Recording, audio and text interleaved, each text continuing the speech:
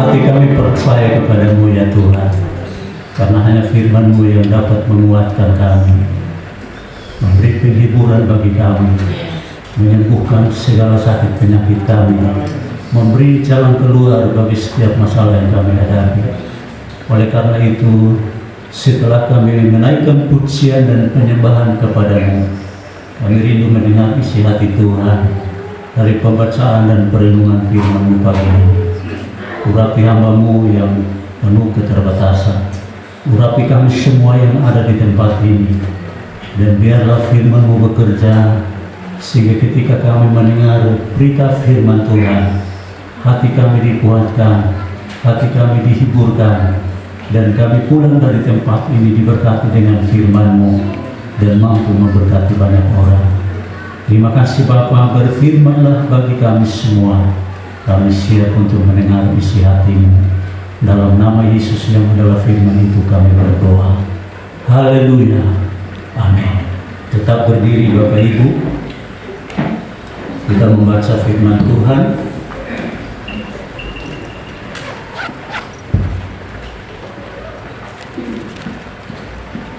Kita sama-sama membaca firman Tuhan dari 2 Tawari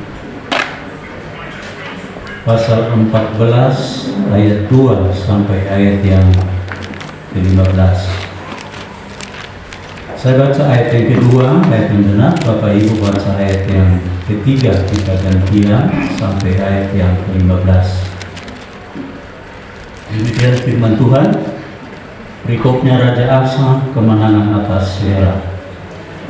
Asa melakukan apa yang baik dan yang benar di mata Tuhan Allahnya. Ia menjauhkan desa-desa asing dan tipu-tipu pengorbanan, memecahkan tubuh-tubuh berhala dan menghancurkan tiang-tiang berhala.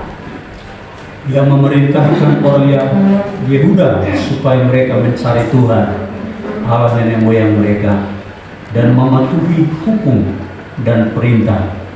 Ia menjauhkan bukit-bukit pengorbanan dan perempaan-perempaan dari segala kota di Yehuda, dan kerajaan aman di bawah pemerintahannya.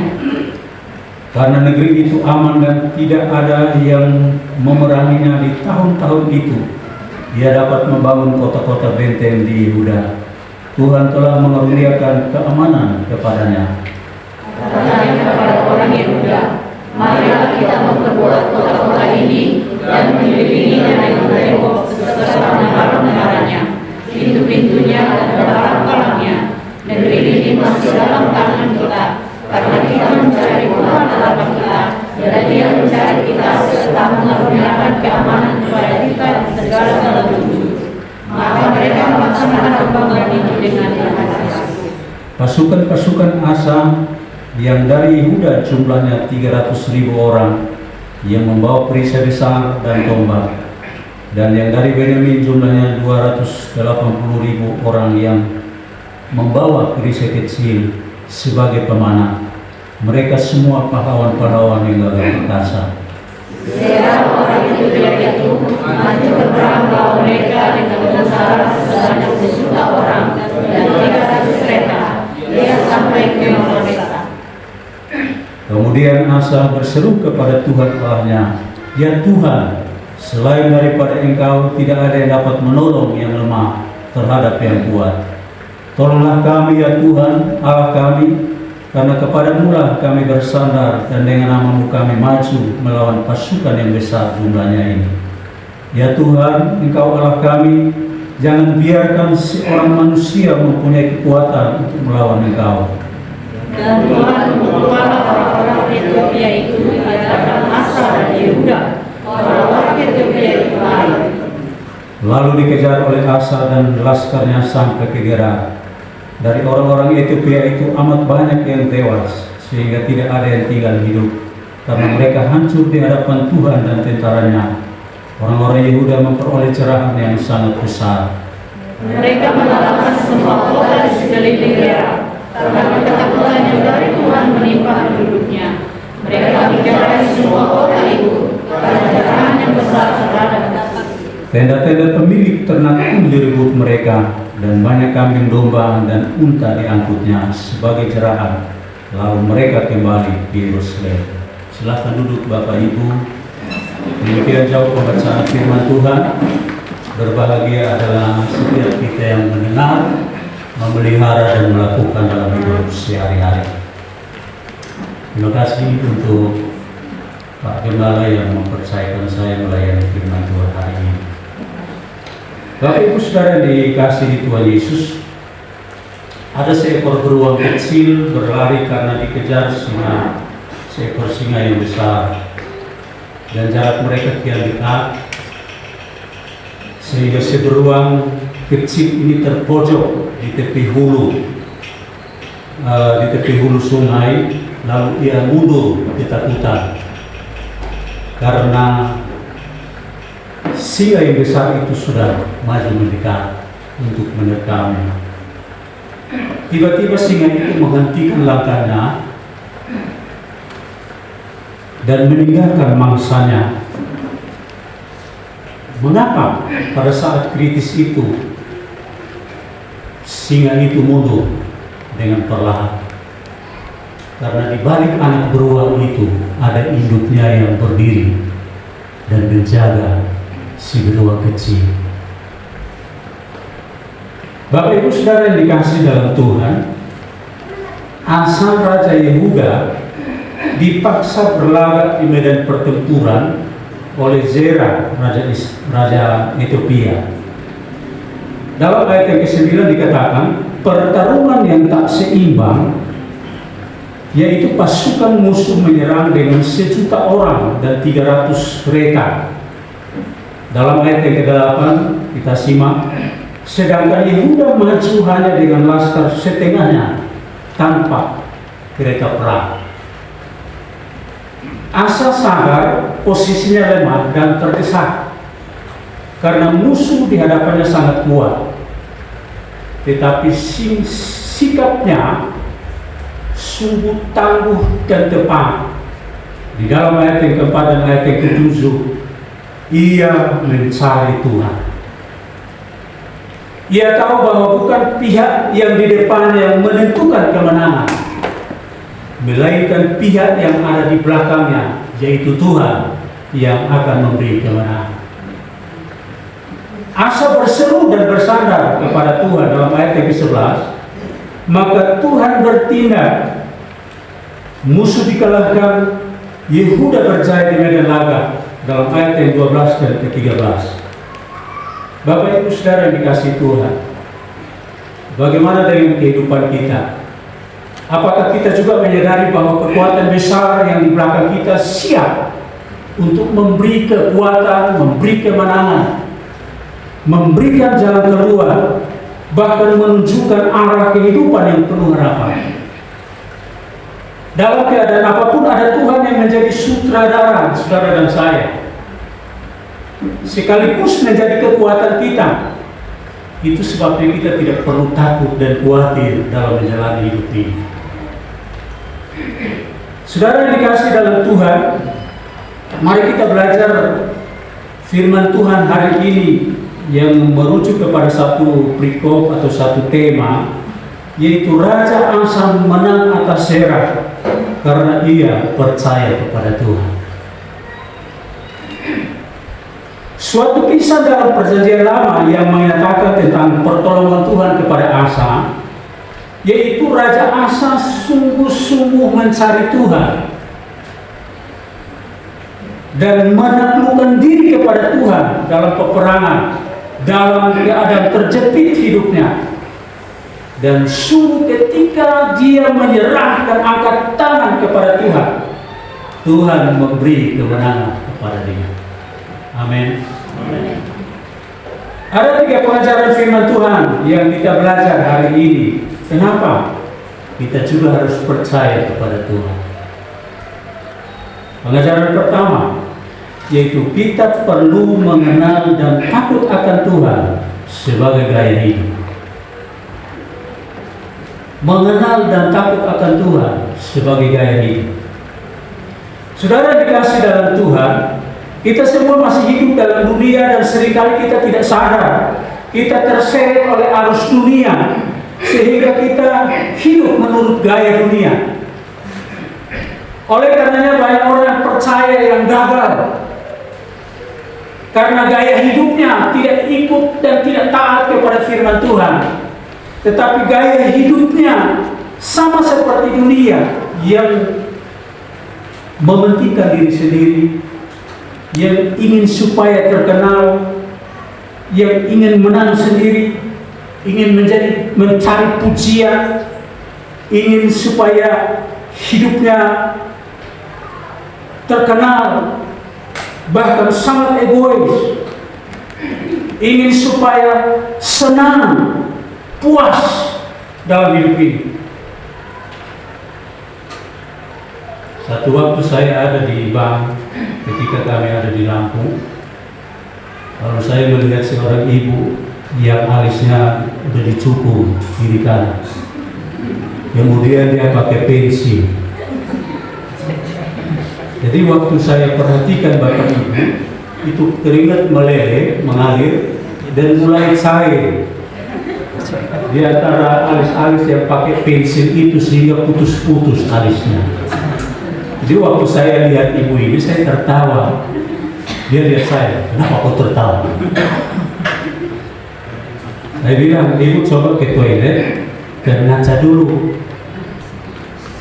Dia langsung pergi ke toilet. Dia balik dari sana, dia bilang, Pak, minta maaf, tadi saya bentak Bapak. Karena alisnya yang Tuhan sudah kasih bagus, dia cukup, kemudian dia kasih pensil. Nah kalau pensilnya ikut yang aslinya, ada apa-apa, ini naik dari atas. Jadi nggak cocok Bapak Ibu. Tapi itu yang saya lihat. Kenapa? Karena manusia tidak puas dengan Tuhan beri yang sudah beri kepada kita. Ibu-ibu kadang ada yang tidak puas. Sampai bedaknya Bapak Ibu minta ampun. Waktu dia keluar di luar matahari aja takut. Karena apa? Tidak puas dengan apa yang Tuhan kasih. Bapak-bapak juga seperti itu. Karena kita tidak puas. Waktu saya masuk, dokter bilang, ganteng Bapak hari ini. Saya bilang, belum tahu ya. Karena ingin makan puji. Itulah sifat manusia Bapak Ibu.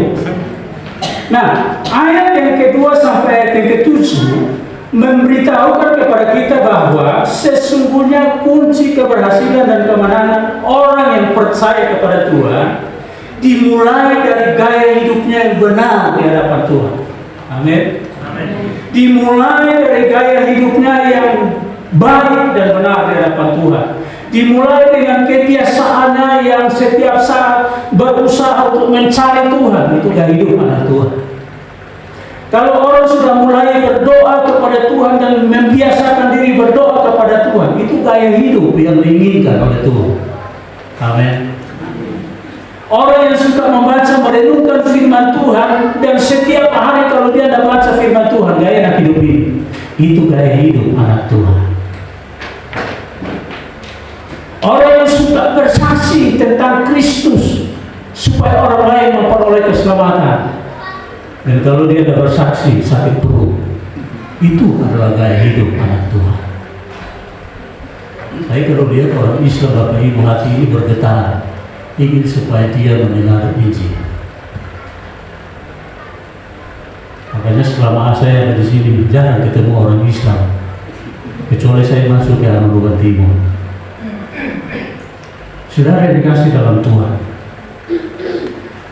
beberapa hal yang dilakukan Raja Asa dalam hidupnya, dalam ayat yang kedua, adalah dia bertindak secara baik dan benar di hadapan Allah, bukan untuk mencari pujian dan kebaikan di hadapan manusia.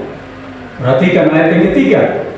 Raja Asa juga menyembah kepada Allah saja, dan ia menyingkirkan ilah-ilah lain yang merebut posisi Allah dalam hidupnya. Sungguh benar Bapak Ibu Saudara yang dikasih dalam Tuhan, Raja Asa hanya fokus kepada Tuhan.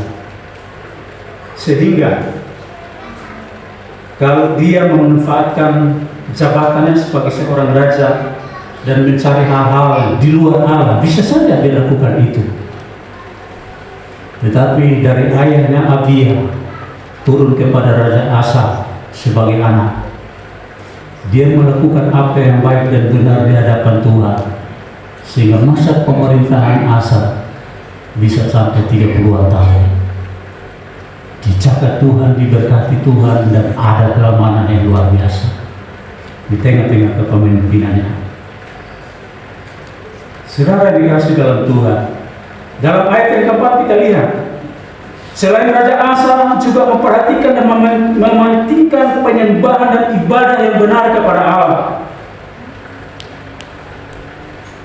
Dia juga tidak mau supaya ibadah itu dilakukan secara liturgis.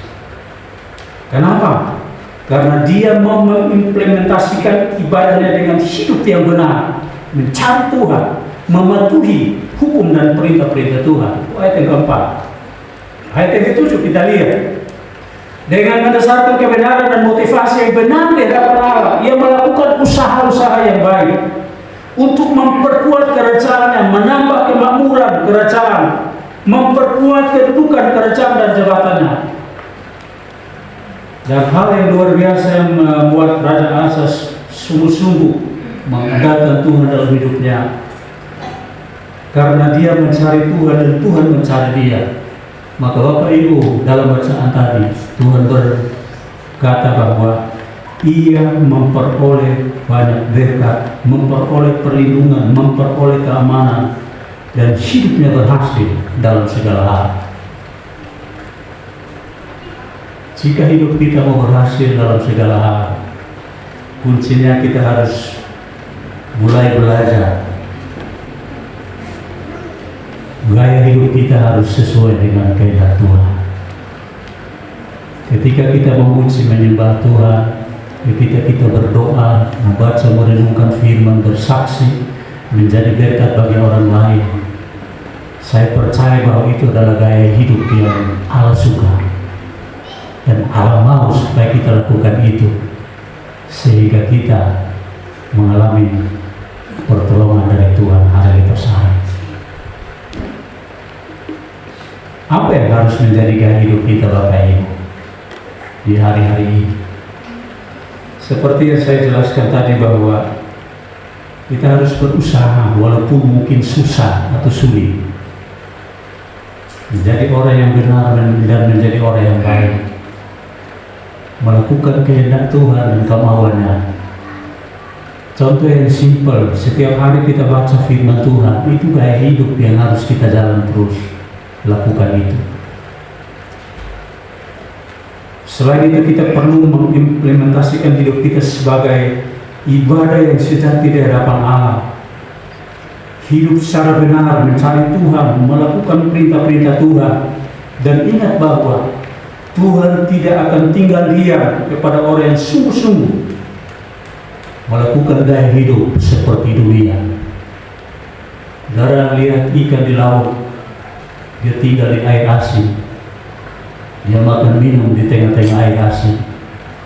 Ketika ikan ada di belakang penggorengan, kita harus kasih garam, karena ikan itu tidak asin walaupun dia hidup di tengah-tengah air asin. Tetapi waktu kita masak harus tambah garam, karena gaya hidupnya tidak sama seperti air laut. Demikian juga kita anak-anak Tuhan Bapak Ibu. Kita ada di dunia yang semakin hari semakin kacau hari-hari ini. Dunia di tahun 2024 ini, kita tidak tahu apa yang terjadi di tengah-tengah bangsa kita.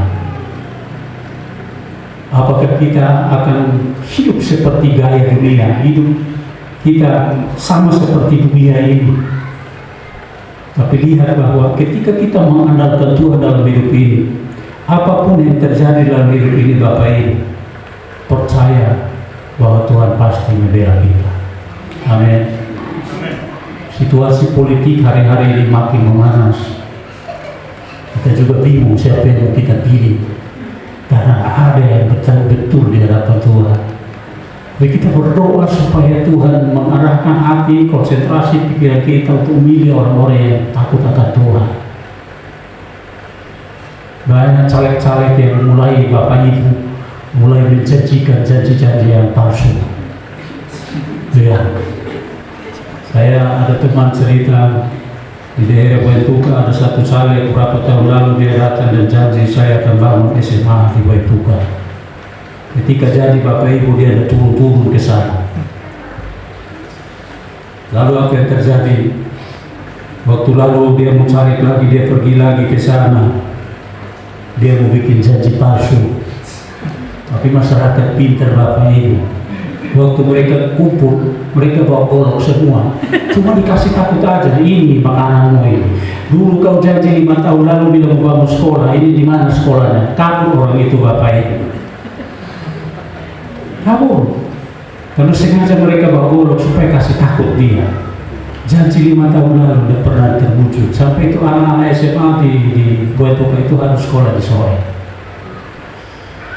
Saudara dikasih dalam Tuhan, gaya hidup yang benar di hadapan Allah adalah dasar segala keberhasilan hidup kita di dunia.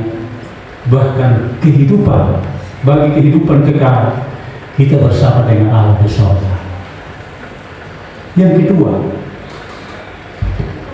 pengajaran kedua, kita perlu sadar bahwa manusia adalah makhluk yang lemah di hadapan Tuhan. Bapak Ibu kuat? Halo, Bapak Ibu kuat? Tidak ya, cuma satu yang saya dengar suara. Bapak Ibu lemah? Oh, lemah semua ya.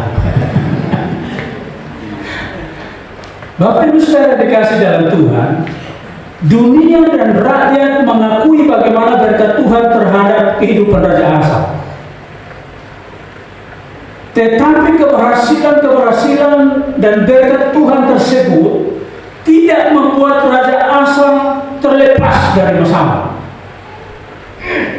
Apa yang dialami oleh Asa, keberhasilan, keberuntungan, kemenangan, bukan berarti bahwa Raja Asa tidak punya masalah. Ada masalah Bapak Ibu. Saat Raja Sera, Raja Ethiopia itu menyerang bangsa Yehuda, hal ini membuat Raja Asa pasti takut dan gentar. Karena apa? Pasukannya 1 juta, sedangkan Asa separuh. Mereka punya kereta perang, Raja Asa tidak punya kereta perang. Pasti Raja Asa takut. Bagaimana dia menghadapi musuh yang besar, pasukan yang besar, kereta yang banyak? Pasti dia getar. Tapi Bapak Ibu ingat ilustrasi di awal cerita saya tadi. Ketika beruang kecil itu lari dan terpojok, dan akhirnya dia berbalik dan mundur dari ketakutan. Ternyata singa itu berhenti dan berbalik dan pergi. Mengapa? Karena ada induk beruang yang ada di belakangnya. Demikian juga dengan Raja Asa. Dia sadar bahwa kekuatannya terbatas. Kekuatannya tidak ada apa-apanya dibandingkan dengan Raja Ethiopia. Dia sadar bahwa dia tidak mampu menghadapi peperangan itu. Tetapi dia tahu bahwa di belakang Raja Asa ada Tuhan yang sanggup memberi kekuatan dan kemenangan bagi dia. Bapak Ibu, terkadang ketika kita menghadapi masalah, kita fokus dengan masalah ini. Apa yang harus saya lakukan supaya saya bisa lari keluar dari masalah ini? Sehingga fokus kita tidak tertuju lagi kepada Tuhan, tapi kita fokus dengan masalah. Makanya kadang-kadang kita memperbesar masalah itu, yang kecil masalahnya, tapi kita perbesar lagi masalah itu. Lalu kita mulai bersaksi, Bapak Ibu, hari ini saya sungguh-sungguh mengalami cobaan yang besar. Saya sudah tidak ada lagi jalan keluar. Padahal dalam 1 Korintus 10 ayat yang ke-13 dibilang, percobaan yang kamu alami itu biasa, tapi kita bilang luar biasa. Itu kita memperbesar masalah Bapak Ibu. Firman Tuhan sudah bilang itu biasa. Kalau firman Tuhan bilang pada waktu kamu dicobai aku akan memberi jalan keluar, kita bilang udah tidak ada lagi jalan. Kita mulai putar balik itu firman. Lalu kita bilang, aku udah kalah dengan masalah ini, aku tidak sanggup lagi dengan masalah yang saya hadapi. Padahal Tuhan bilang, aku akan memberi jalan keluar bagimu. Saudara, pada waktu ada masalah, jangan diperbesar-besar masalah itu. Amin.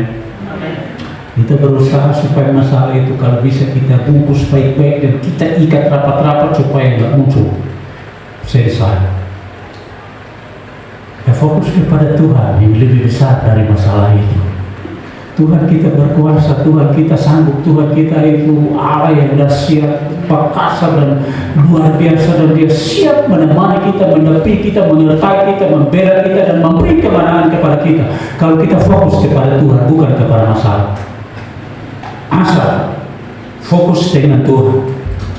Posisi dan masalah yang dia hadapi ternyata tidak membuat Raja Asa dan rakyatnya menyerah terhadap tantangan dan musuh yang ada di depan. Kuncinya adalah dia memiliki mentalitas sebagai seorang pahlawan yang tidak bisa dikalahkan karena dia yakin Tuhan hadir bersama dengan dia.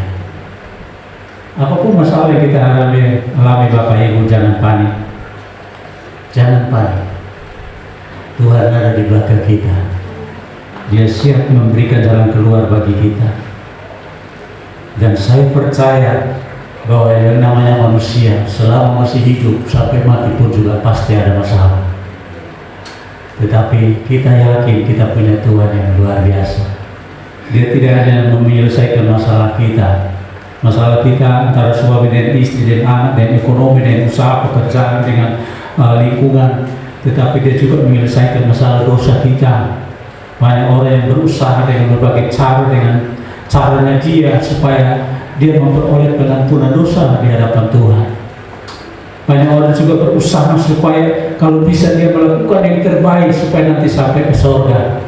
Tetapi bagi kita simpel, percaya Yesus, terima Yesus dalam hidup ini, dosa diampuni dan dijamin sampai ke surga. Simpel Bapak Ibu. Berapa hari lalu datang seorang bapak, dia bilang, Pak, saya 10 tahun ada di Islam. Dia datang di rumah. Lalu saya tanya, apa yang kau dapatkan di sana selama 10 tahun? Dia bilang, saya pernah jadi penceramah di masjid, di musola di Mongowan Timur. Terus apakah itu menyenangkan Tuhan? Ya, ternyata semua yang saya lakukan itu justru menyakiti Tuhan, dan Tuhan pukul saya.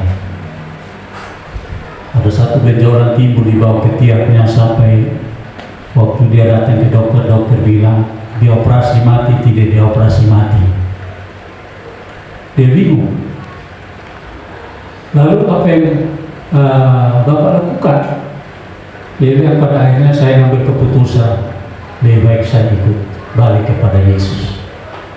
Lalu saya berpaling kepada Kristus, saya ikut Kristus, saya terima Yesus dalam hidup ini.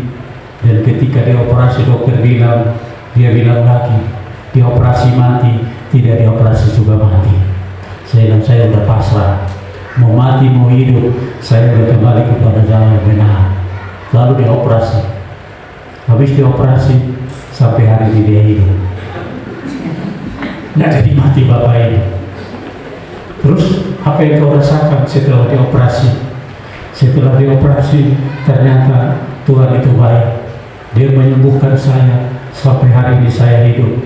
Saya mencoba untuk ikut caleg, tapi nggak bisa karena kakak saya sudah ikut caleg. Biar aja saya dukung. Ya wartawan Bapak Ibu sore. Lalu apa yang kau sukai sekarang? Saya suka ikut Yesus, cuma saya belum di CD. Udah, kalau kau mau di CD belajar sama saya. Emang siapa Bapak? Lalu saya buka diri.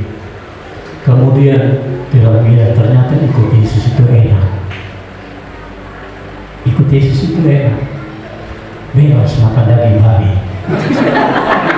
Rugi kamu, 10 tahun kamu rugi besar. Tapi tapi beruntung kamu balik, makanya menikmati yang dibalik. Terus bagaimana ketika kamu bertemu dengan mereka yang ada di Amrubah Timur? Mereka bilang, bagaimana? Kamu sudah ikut Yesus? Iya, bukan cuma ikut Yesus. Enak makan daging bakar. Mereka gak marah? Gak marah.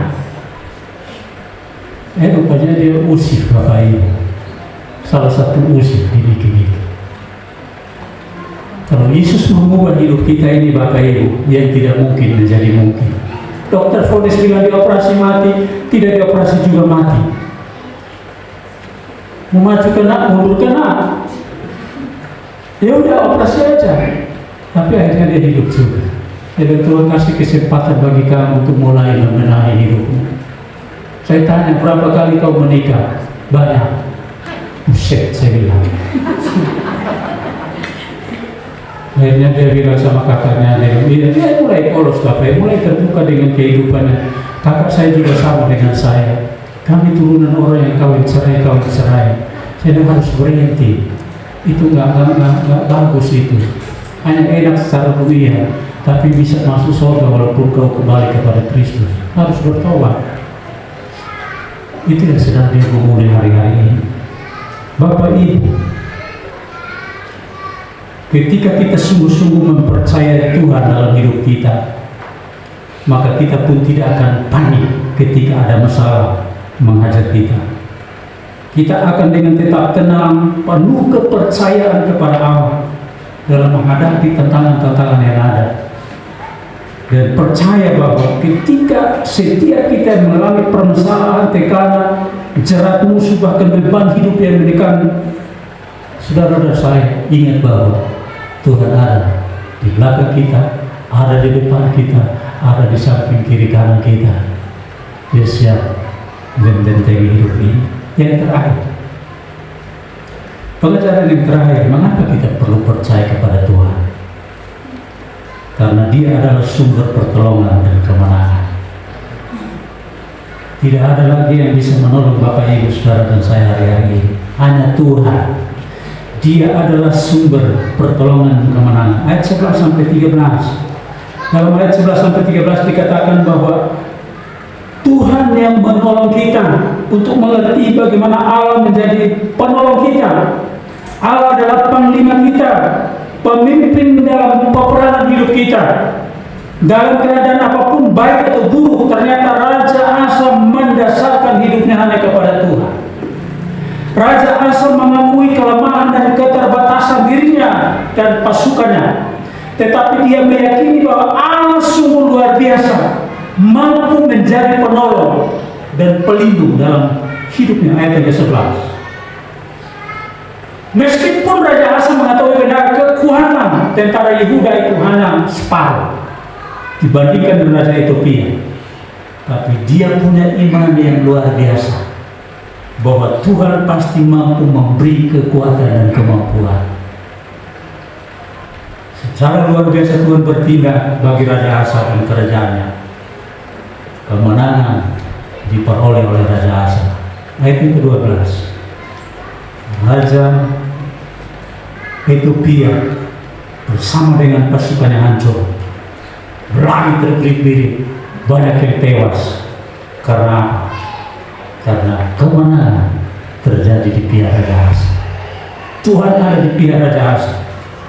Saudara, firman Tuhan di atas menolong kita untuk mengerti bahwa kita perlu belajar untuk semakin menyadari kita ini terbatas, tetapi juga kita harus menyadari bahwa kita ini harus rendah hati, mengandalkan kekuatan Tuhan, bukan mengandalkan kekuatan kita. Semua yang kita miliki itu hanya bersifat sementara dan tidak ada apa-apanya di hadapan Tuhan. Kita datang, kita tidak bawa apa-apa, kita pulang juga pasti kita tidak bawa apa-apa. Itu sebabnya hidup ini harus diisi dengan hidup yang benar di hadapan Tuhan. Keterbatasan hidup kita, kelemahan kita, kekuatan kita bukanlah dasar dan kemenangan dan kemampuan kita untuk mengatasi setiap masalah. Tetapi ketertundukan kita, pengakuan kita akan kuasa Tuhan, iman kita kepada Tuhan, itu yang akan mengantar kehidupan kita kepada kekuatan dan kemenangan.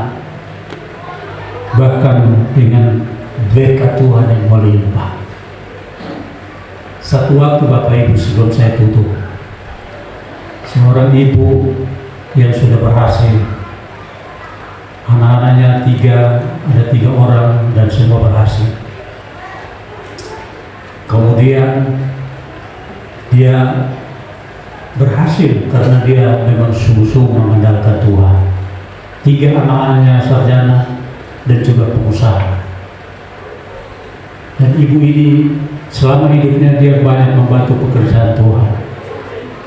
Dia juga menabung di bank, rajin menabung di bank. Satu waktu ada undian dari bank, lalu dia mendapat undian yang luar biasa, cukup banyak, sekitar 500 juta. Tapi dia tidak tahu kalau dia dapat undian itu. Satu ketika ibu ini jatuh sakit, dan sakitnya adalah jantung. Kalau dengar berita-berita yang kaget-kaget pasti mati. Ya, karena jantung. Lalu gembalanya datang dan mengunjungi ibu ini dan mendoakan dia. Mendoakan dia setiap waktu ada kesempatan, gembala datang mendoakan dia supaya ibu disembuh. Satu waktu anak-anaknya mendapat informasi bahwa ibu ini dapat undian dari bank berupa uang tunai 500 juta. Lalu anak-anaknya kasih tahu kepada gembala, ini mama dapat undian dari bank, tapi kita mau kasih tahu, khawatirnya dia kaget dapat uang 500 juta, kaget nanti jantungan dan mati. Jadi bagaimana caranya supaya kita bertemu dengan mama dan dia bisa menerima uang tunai itu tanpa jantungan. Lalu mereka berdoa dengan gembala dan terus ke rumah ibu ini. Waktu mereka sampai di rumah ibu ini bilang, selamat datang Pak Gembala yang setia mengunjungi saya, mendoakan saya, memperhatikan saya. Lalu gembala ngobrol panjang lebar Bapak Ibu. Kemudian dia mulai kasih tahu dengan perlahan, Bu, saya mau kasih tahu tapi jangan kaget ya. Kita doa dulu. Mereka berdoa, habis doa gembala bilang, Ibu dapat undian dari bank dan diberikan uang tunai 500 juta. Anak-anaknya udah gini-gini Bapak Ibu, takut-takut jantungan. Gembala juga gini-gini, takut jantungan dengar dapat 500 juta. Lalu ibu itu tarik nafas begini, saya bersyukur kalau Tuhan kasih uang segitu banyak, saya senang. Dan sebagai ungkapan syukur saya kasih kepada gembala semuanya. Buat gembala aja. Kalau dapat 500.000 gitu, senang Bapak Ibu. Lalu di gembala kaget, Bu, apa masalah? Iya, saya tulus. Karena apa lagi yang saya nggak perlu? Masih banyak uang di bank, anak-anak sukses, pengusaha, uangnya banyak. Jadi 500.000 ini saya serahkan kepada Bapak. Buat Bapak aja. Waktu Pak Gembala dengar berita itu Bapak Ibu, dia yang pingsan. Dia pingsan karena belum pernah pegang uang segitu banyak. Dia yang jantungan dan akhirnya dia mati. Karena cara pegang uang segitu banyak. Bapak Ibu, dari cerita ini kita lihat bahwa orang yang mengandalkan Tuhan dalam hidupnya, orang tua, anak, keluarga pasti diberkati Tuhan. Berdoa supaya jangan jantungan Bapak. Kita berdoa supaya semua sehat, sehingga ketika kita diberkati dengan berkat yang besar, kita tidak kaget, tapi menggunakan semuanya itu untuk hormat dan kemuliaan Tuhan. buat pekerjaan Tuhan, supaya orang diselamatkan. 3 poin yang saya sampaikan hari ini. Mengapa kita perlu percaya kepada Tuhan? Saya simpulkan. Pertama, kita harus menyadari bahwa kita perlu makin hari makin mengenal Tuhan dan takut akan Tuhan. Orang yang takut Tuhan pasti menjauhkan dosa. Yang kedua, mengapa kita perlu percaya kepada Tuhan? Kita harus sadar bahwa kita ini lemah dan terbatas, dan kita perlu mengandalkan Tuhan. Yang ketiga, kita perlu menyadari bahwa pertolongan dan kemenangan itu hanya datang dari Tuhan. Amin. Mari kita angkat satu pujian yang dinyanyikan sebelum firman Tuhan tadi. Hatiku percaya kepada Tuhan.